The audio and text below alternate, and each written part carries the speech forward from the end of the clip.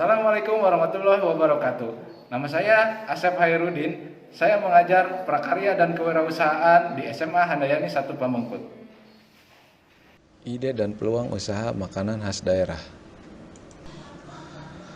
Dalam menciptakan peluang usaha pengolahan makanan khas daerah, terdapat banyak faktor yang mempengaruhinya. Di antaranya yaitu yang pertama ada ide usaha. Ada beberapa faktor yang dapat memunculkan ide usaha. Yang pertama, faktor internal, yaitu faktor yang berasal dari dalam diri orang itu sendiri. Di antaranya, yang pertama harus memiliki pengetahuan yang dimiliki, yang kedua pengalaman yang pernah dilalui, yang ketiga kemampuan untuk melihat dan menjadikan pengalaman orang lain sebagai pelajaran, yang keempat intuisi yang merupakan pemikiran yang muncul dari individu itu sendiri. Yang kedua faktor eksternal, yaitu seseorang yang dapat menimbulkan kreativitas yang menjadi ide dalam menciptakan suatu inspirasi produk untuk memanfaatkan alam sekitarnya agar menjadi peluang usaha. Faktor eksternal, beberapa hal yang dihadapi seseorang dan merupakan objek untuk mendapatkan sebuah inspirasi bisnis.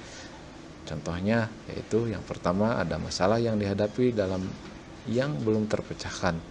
Yang kedua, kesulitan yang dihadapi sehari-hari. Yang ketiga, kebutuhan yang belum terpenuhi baik untuk dirinya maupun orang lain. Yang keempat, pemikiran yang besar untuk menciptakan sesuatu yang baru. Faktor-faktor yang mempengaruhi berikutnya yaitu adalah risiko usaha. Risiko usaha yaitu kegagalan atau ketidakberhasilan dalam menangkap peluang usaha. Risiko usaha dapat ditimbulkan karena yang pertama, permintaan, yaitu perubahan mode, selera, dan daya beli. Yang kedua, perubahan konjungtur, perubahan di mana kondisi perekonomian yang pasang surut. Yang ketiga, persaingan. Yang keempat, akibat lain seperti bencana alam, perubahan aturan, perubahan teknologi, dan lain-lain. Namun, sesungguhnya ada beberapa unsur yang dapat dilakukan dalam mengurangi risiko usaha. Yang pertama, adanya kesadaran dalam kemampuan mengelola usaha, peluang, dan kekuatan perusahaan. Yang kedua, adanya keinginan kuat untuk berprestasi, dorongan berinisiatif, dan motivasi untuk melaksanakan strategi usaha. Yang ketiga, adanya kemampuan merencanakan strategi untuk mewujudkan perubahan di dalam lingkungan usahanya. Yang keempat, adanya kreativitas dan inovatif dalam menerapkan cara mengolah modal usaha untuk memperoleh keuntungan. Terdapat banyak faktor yang menyebabkan seseorang wirausahaan itu dikatakan berhasil atau gagal. Sebagai seorang wirausahawan, keberhasilan dan kegagalan merupakan dua sisi mata uang. Ini berarti bahwa sewaktu-waktu ia dapat mencapai hasil yang baik, tetapi di waktu yang lain ia kurang berhasil. Untuk itu, perlu diidentifikasi faktor apa saja yang menyebabkan ia gagal atau berhasil. Faktor keberhasilan sebagai seorang wirausahawan yang pertama yaitu percaya diri dan keyakinan yang kuat dalam berusaha. Kedua, sikap mental yang positif dalam berusaha. Yang ketiga, inovatif dan kreatif. Yang keempat, pengelolaan waktu yang efektif dan efisien. Yang kelima, pengembangan diri. Faktor kegagalan dalam berwirausaha yang pertama itu kurang berambisi, tidak disiplin, sikap selalu menunda-nunda, tidak jujur, dan tidak dapat bekerja sama dengan orang lain. Selanjutnya, ada beberapa faktor non-teknis yang menentukan keberhasilan atau kegagalan suatu usaha makanan khas daerah. Itu diantaranya yang pertama, perencanaan. Perencanaan ini biasanya usaha makanan khas daerah harus dibuat dengan perencanaan yang sangat matang. Rencanakan jenis makanan, lokasi usaha, penyedia bahan makanan, alat yang dibutuhkan, dan lain-lain. Yang kedua, menetapkan tujuan. Tujuannya yaitu pengolahan makanan khas daerah harus jelas.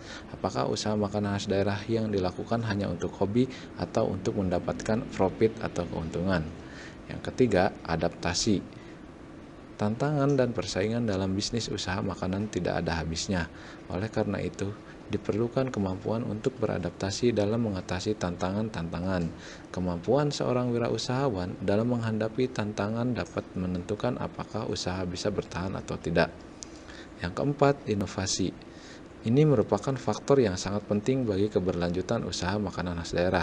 Kenapa? Karena seorang wirausahawan makanan khas daerah harus terus-menerus fokus untuk selalu melakukan inovasi dan peningkatan mutu agar pelanggan selalu merasa terikat dengan usaha makanan yang dirintis baik dalam hal rasa, bentuk maupun pelayanan.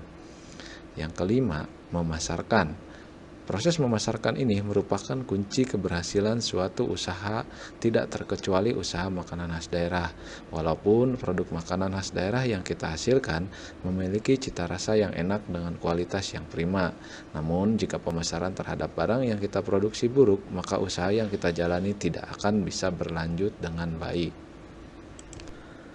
Ancaman dan peluang akan selalu ada dari suatu usaha.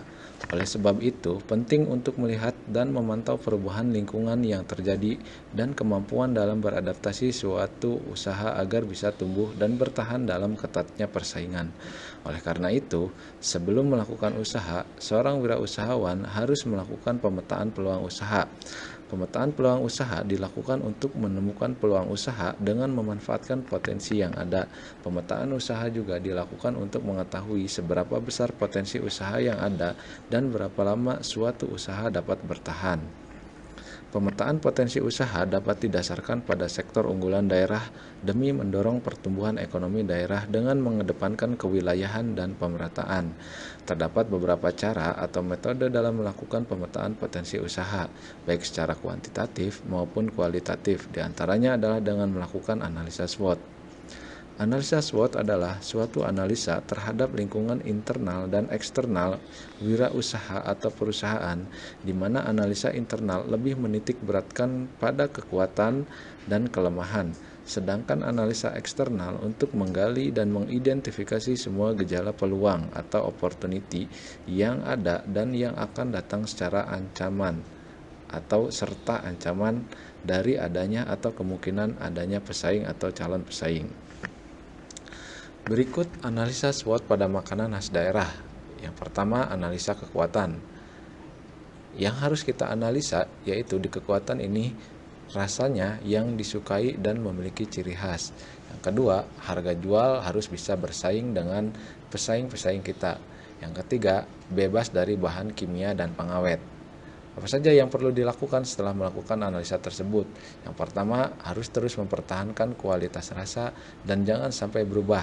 Usahakan untuk terus mempertahankan persaingan harga, makin menonjolkan keunggulan produk yang akan dipasarkan seperti tidak menggunakan pengawet dan dijamin sehat makanan tersebut.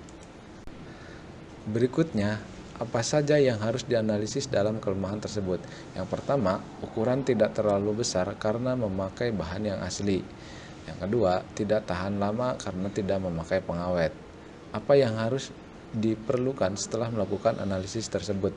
Yang pertama, tonjolkan pada bentuk yang indah dan unik sehingga meskipun tidak begitu besar, namun memiliki keunikan tersendiri yang dapat menjadi daya tarik. Yang kedua, memperhitungkan jumlah produksi yang dapat dijual untuk satu hari sehingga tidak ada sisa dan tetap tidak menggunakan pengawet. Yang berikutnya, apa saja yang harus dianalisis dalam kesempatan atau peluang ini? Yang pertama, dapat melayani pesanan besar ataupun catering. Yang kedua, dapat membuka toko. Apa saja yang harus diperhatikan setelah melakukan analisis tersebut? Yang pertama, mempersiapkan dan mulai menawarkan produk pada catering yang membutuhkan. Yang kedua, mulai membuat rencana untuk membuka usaha yang memiliki pangkalan. Yang selanjutnya, apa saja yang harus dianalisis pada ancaman?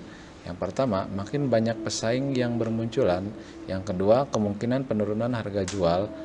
Apa saja yang harus dilakukan setelah melakukan analisis tersebut? Yang pertama, mencari pelanggan sebanyak-banyaknya. Yang kedua, mempertahankan kualitas produk dan jangan sembarangan menaikkan harga dengan adanya persaingan yang sangat ketat. Terima kasih saya ucapkan kepada Ketua Yayasan Pendidikan Handayani 1979 Ibu Dr. Heni Hendrayati SIP MM dan Kepala SMA Handayani 1 Pamengpeuk Bapak Asep Juanda SPD. Salam Baraya Handayani. Wassalamualaikum warahmatullahi wabarakatuh.